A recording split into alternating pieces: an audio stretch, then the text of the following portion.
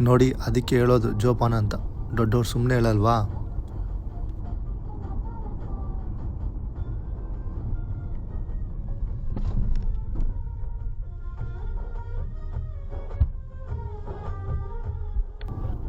ನಾನು ಸುಮಾರು ಒಂದು 120 ಕಿಲೋಮೀಟರ್ ಸ್ಪೀಡಲ್ಲಿ ಕ್ರೂಸ್ ಮಾಡ್ತಿದ್ದೆ.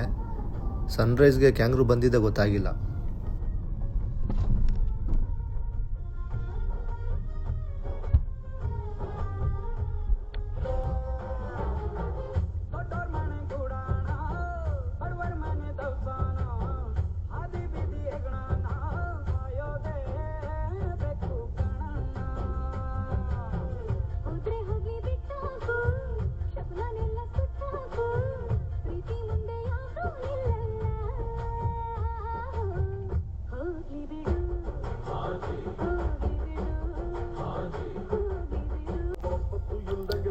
ಸದ್ಯ ಏನಾಗಿಲ್ಲ.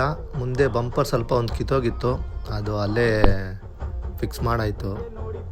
ಸೊ ನೋಡ್ಕೊಂಡು ಹುಷಾರಾಗಿ ಓಡಿಸ್ಕೊಬೇಕಷ್ಟೇ ಇನ್ಮ್ಯಾಕಿಂದ.